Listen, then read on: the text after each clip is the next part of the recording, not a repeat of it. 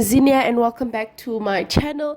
As you guys can see, we're starting off on a brand new channel. This is my official video for the new channel.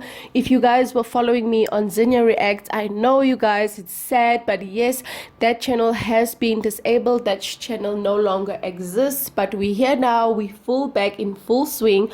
So as you guys saw in the title of this video, I will be sharing my thoughts on this documentary, and I will be breaking it down really what's it about. So if you have not watched this documentary, I do advise for you to go watch it because it's gonna be a spoiler for you. So the documentary is based on the Broburg family. The Broburg family is a family of 5, a mom, dad, and their 3 daughters. The mom's name is Mary Ann Broburg, and Bob, Jan, Susan, and Sky Broburg. They were known in this community to be almost like the perfect family. Like, they could do no wrong, you guys. Even in the neighborhood that they live in, everything was perfect. Like, the families around them, their friends at school, you know, the kids excelling in school. And yeah, it was just a cute little family, nothing out of the ordinary. You know, so mom was a stay-at-home mom. The sisters or the kids would describe their mom, you know, when they come back from home, they'll come back home and mom would be ironing or cooking, and dad, he was a florist for about 40 years, so he was working all his life. And you mean, these parents, they loved their kids. They always listened to their kids, you know. They were just that type of parents, you know. Like, the kids were in love with their parents, the parents were in love with their kids. Not that anything was, you know, funny about that, but yeah. So it was quite a beautiful family from the outside in.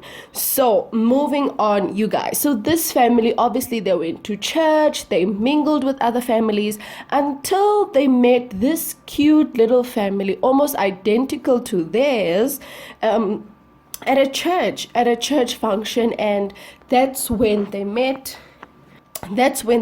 Robert, who they will later call B, or referred to as B, Berchtold. So the Berchtold family was almost identical to their family, you know. Everyone, they had 3 kids. I think they also have 3 daughters, and then there was the mom and the dad. So the Broburg family, the Broburg family met Robert, who was the father of the Berchtold family, at a church. All similar characteristics in all of the family members. Everyone literally had a best friend. They had similar family values. The kids were around the same age. You know, it was just literally my family, your family. Everyone literally had a best friend. I mean, you guys, these family members were so close to each other as friends. They would share gifts, birthdays, go on family vacations together. I mean, kids would sleep over. Like, it was just a cute, romanticized, sort of happily ever after sort of setup for both families in that case. And every family member literally had a best friend, from the youngest to the fathers of the families. And everyone then afterwards started calling Robert B, or more so the Broburg family, who was the other family with the 3 sisters, Jan, Suzanne, and Sky, including Mary Ann and Bob. They would later then refer to Robert, who was the father figure of the Berchtold family. They would refer to him as B. I'm not really sure where that came from. Maybe it's the fact that his surname was Berchtold. I'm not sure. But anyway, you guys, so B was so close to the family members. I mean, there was even a point where, well, not even a point, it literally got to the point where not even his wife or his kids were as close as he was with the other family. I mean, Robert was now just going to the Broburg household every single night, every single day, communicating with them without even his family being present. So Robert, you guys, Robert loved playing with the kids. with the girls. We loved playing with Jan, Susan, and Sky. He absolutely loved playing with them.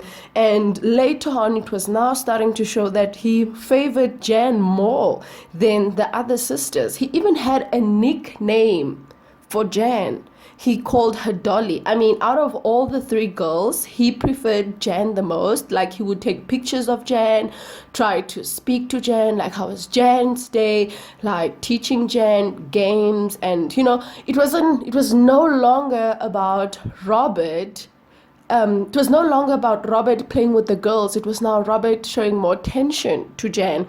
And at this point, the parents did show sort of concern, not really concern. They said in the documentary that it did irritate them or it did annoy them, but they didn't really do much about it. Hey guys, if you guys could see the pictures this man would take of this little girl, it's crazy. I mean, at the time, she was only 10 years old. I think she was 10 years old at the time. So she was quite young. And yeah, so the parents they were upset. They saw that it was inappropriate, but they didn't do anything. They just would bicker in the bedroom and say, oh my God, like, why is Robert giving Jan so much attention? But when they face to face with Robert, they don't say anything, or they don't even say anything to Jan. So yeah, red flag number one. Furthermore, you guys, things get intense and crazier. So remember, as you guys saw, I don't know if you watched the documentary or not, but this little girl Jan gets abducted twice. I know, it sounds like madness, it doesn't make sense. However, on the first abduction, so Jan comes home and Jan is at home with her mom, she's from school, and what's his name? Robert comes along and he's like, yo, hey, you guys, I'm actually going horseback riding tomorrow. And Jen is like, oh my goodness, mom, I have to go. And the mother was like, no, you can't go. It's a week's day. Like, what are you talking about? Even your sisters, they need to be in school. And you have piano lessons the next day. Like, no, you cannot. And Jan starts begging and pleading, and she's begging and pleading. And Robert is also like, come on, please, Mary Ann, you know what? We'll just take them. I'll just take Jan and I'll bring her right back. It's gonna be fun. She's gonna love it.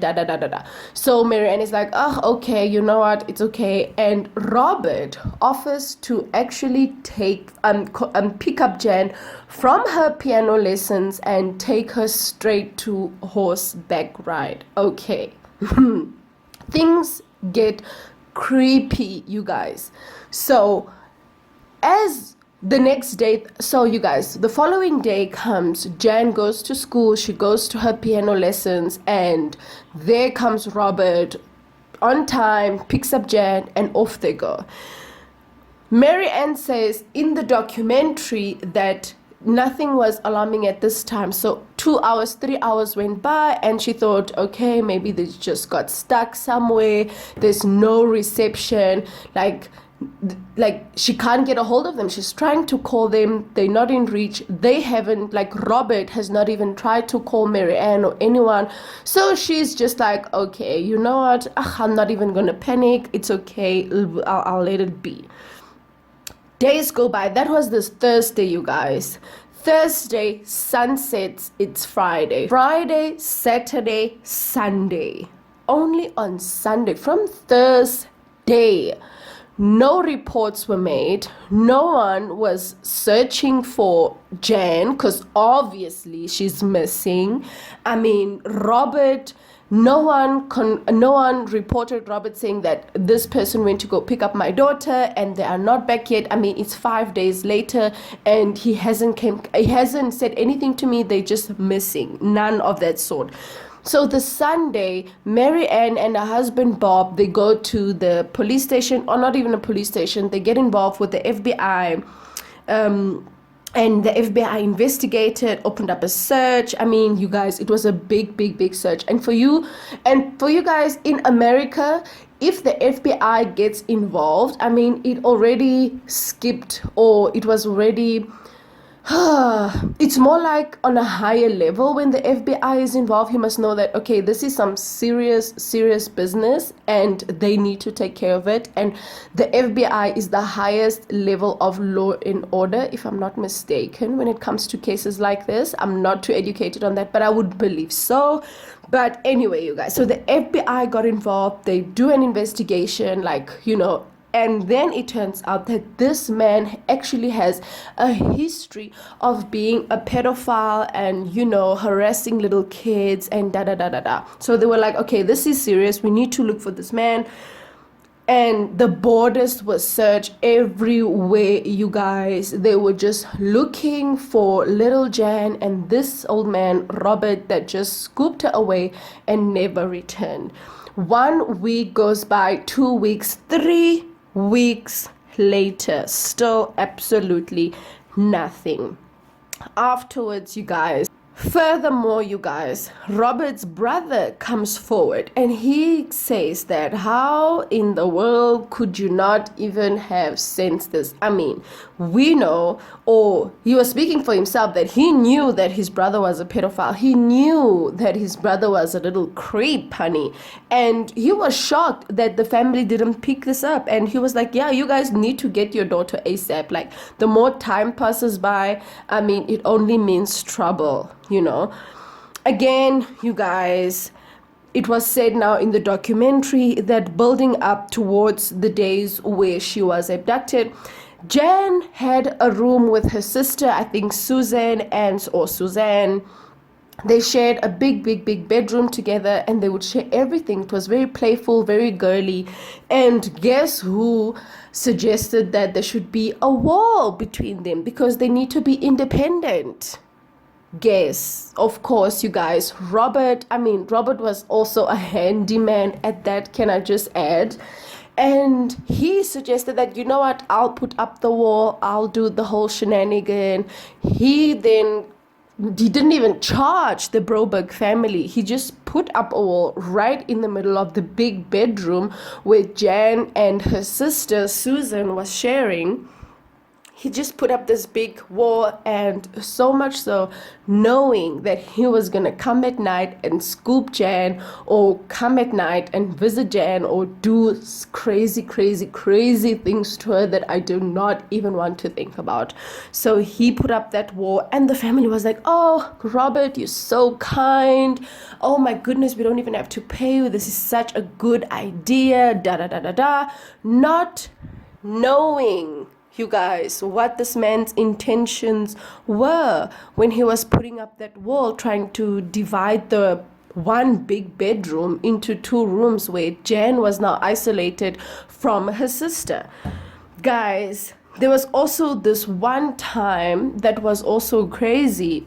Jan went on a family vacation with the Birchtold family. So, I'm not sure if the rest of the family members were invited or if they were there. However, you guys, Jan was on vacation in this man's presence, this Mr. Robert Birchtold, and it was crazy, you guys. She was in her bedroom, or I think they were camping outside. I don't know if it was, because there's quite similar stories, you guys. I'm going to repeat almost similar scenarios where she would wake up and then she would find her underwear to her ankles and she would not know what had happened. Like, she would just be out of it. She wouldn't know why or how, but then she does say that when she woke up, she saw this Mr. Robert walking out the door. So this again, you guys, is such a crazy story to think about. Like, how could this old man do this to this little girl, And this was now just incidents that happened before he abducted her. So yeah, things just got weirder and weirder. Furthermore, you guys, during all this time, while Robert is sneaking into, because they also find out now, ever since he put up that wall in Jan's room, this man, every night when he comes to the Birchtold family, he would say, oh no, let me go read them a bedtime story. He would creep into Jen's bed and he would just touch her or do stuff very inappropriate towards her. Furthermore, you guys, let me tell you, Robert started flirting and charming Mary Ann. Like, she was totally swept off her feet. This one time Robert called Mary Ann and he was like, hey Mary Ann, you know it's lunchtime, please bring me lunch, da da da da da, knowing what he has been doing to her daughter, knowing all of this. And he's calling Mary Ann like, hey Mary Ann, please come downtown, like bring me something to eat, I'm starving, da da da da da.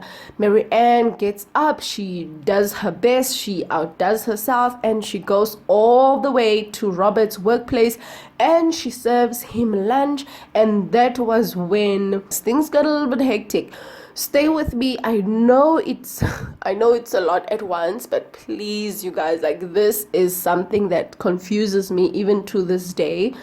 Robert starts flirting and charming Mary Ann, telling her how beautiful she is, telling her, oh my goodness, your legs, honey, like you are drop dead gorgeous, and da da da da da. So obviously this flatters Mary Ann, it makes her feel good about herself. At this point in time, she's been married for 14 years with her husband Bob, Jen's dad.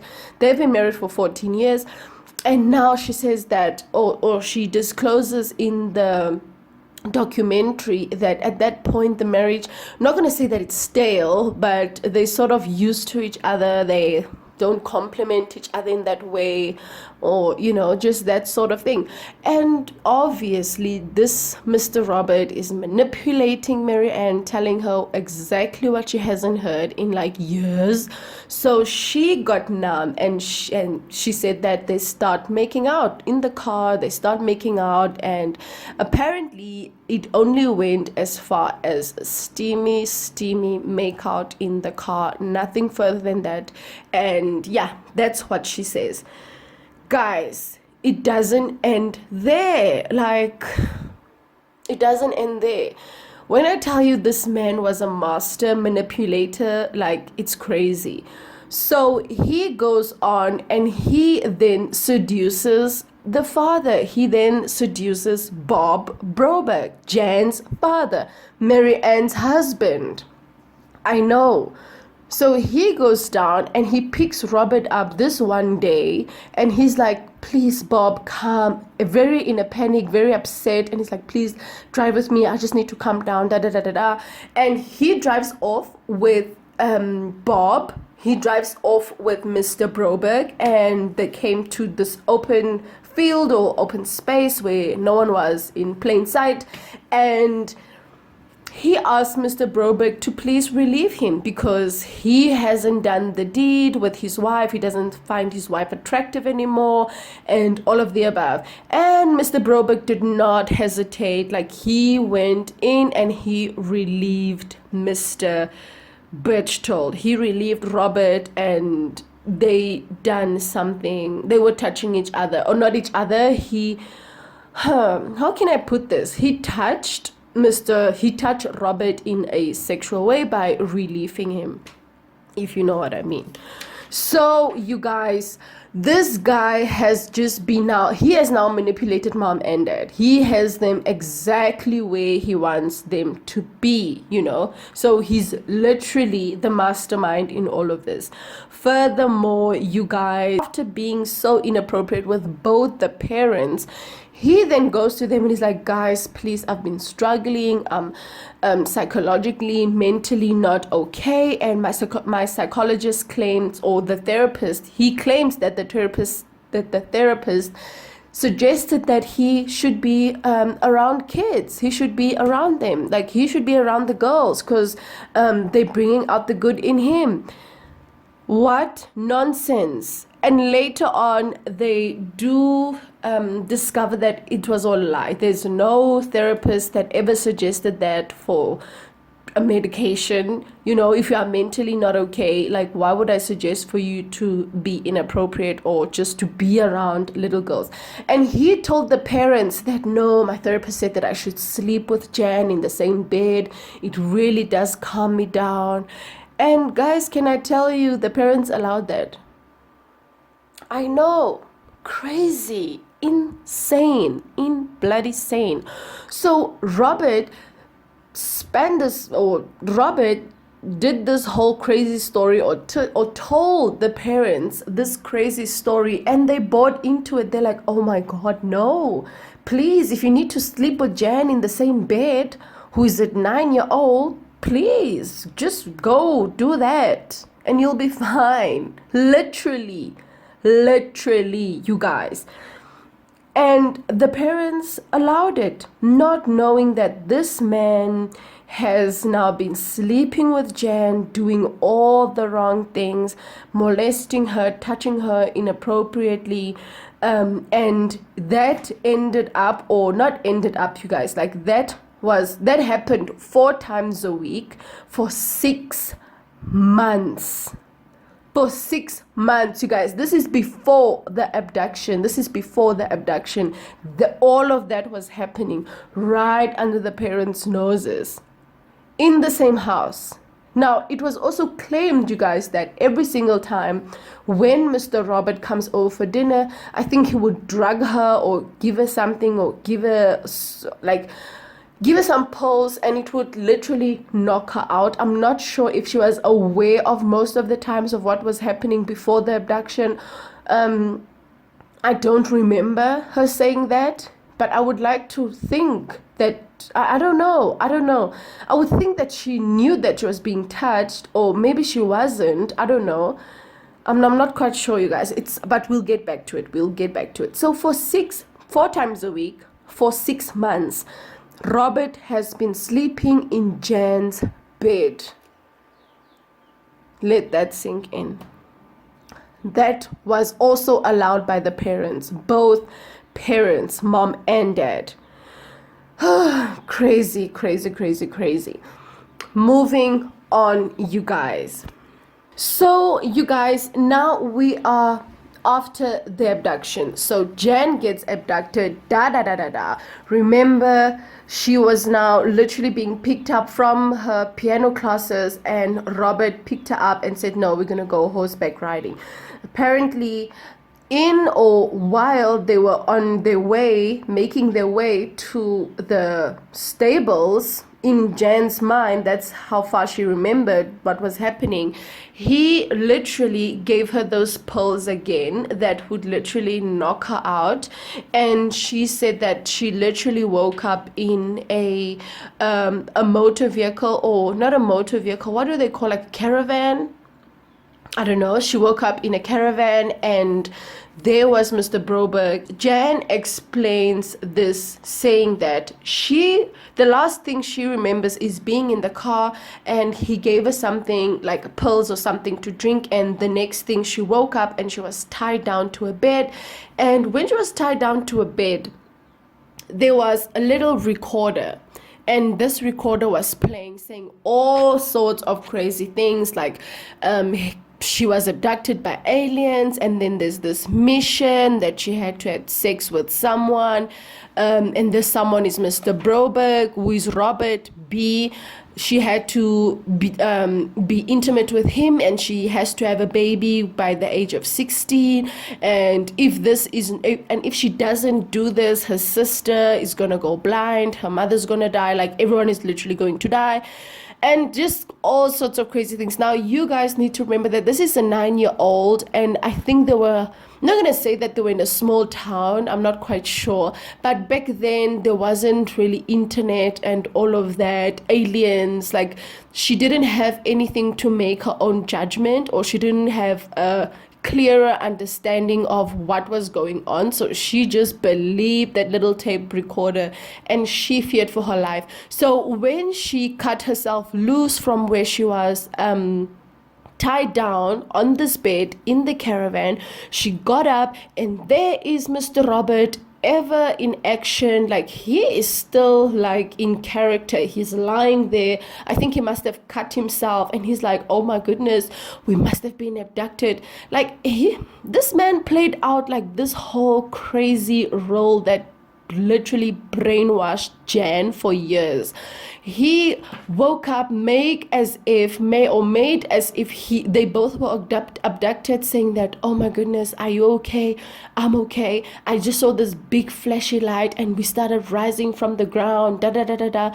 And now 9-year-old Jan, like, she doesn't know any better. She believes him. He's the older one. He's the older person. He should know more than she does. So obviously, I mean, she woke up, there was this little recorder that was saying the same things he is saying. And at first, when she saw him, she thought that he was dead, because the way he was lying down, and also he was bleeding, not knowing all of this is a big old act. It sounds so foolish today in 2021 talking about it. Like, I'm sure if I tell my 9-year-old niece now that, yo, aliens are outside, she'll be like, what? Are you crazy?